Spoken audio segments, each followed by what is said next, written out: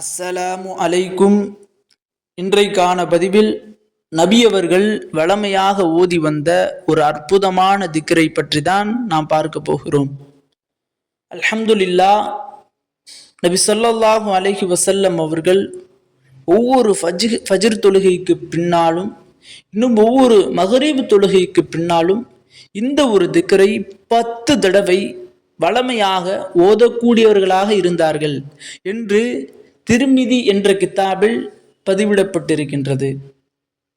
அந்த திக்ர் தான் லா இலாஹ இல்லல்லாஹு வஹதஹு லா ஷரீக லஹு லஹுல் முல்கு வலஹுல் ஹம்து யுஹ்யி வ யுமீத்து வஹுவ அலா குல்லி ஷைஇன் கதீர்.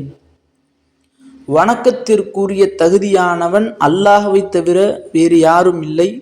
அவன் தனித்தவன், அவனுக்கு இணை இல்லை. ஆட்சி அதிகாரம் அனைத்தும் அவனுக்கே சொந்தமானது. இன்னும் புகழ் அனைத்தும் அவனுக்கே சொந்தமானது. நன்மை அனைத்தும் அவன் கைவசமே இருக்கின்றது. அவன் அனைத்து வஸ்துக்களின் மீதும் பொருட்களின் மீதும் சக்தி பெற்றவன் என்ற இந்த ஒரு திக்ரை நாயகம் ஸல்லல்லாஹு அலைஹி வஸல்லம் அவர்கள் வளமையாக ஓதி வந்தார்கள். ஆக நபி அவர்கள் ஒரு திக்ரை பின்பற்றுகிறார்கள், ஒரு திக்ரை வளமையாக ஓதி வருகிறார்கள் என்று சொன்னால் அதில் பல நன்மைகள், இன்னும் பல பலன்கள் இருக்கும். அதுபோன்று இந்த திக்ரிலும் பல பலன்கள் இருக்கின்றது என்று வரலாற்று ஆசிரியர்கள் குறிப்பிடுகிறார்கள்.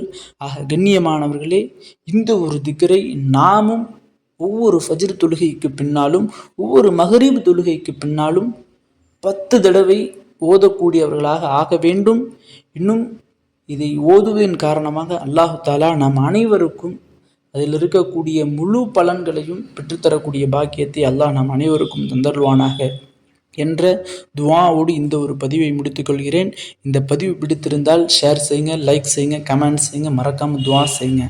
ஸலாமு அலைக்கும் வரஹ்மத்துல்லாஹி வபரகாத்துஹு.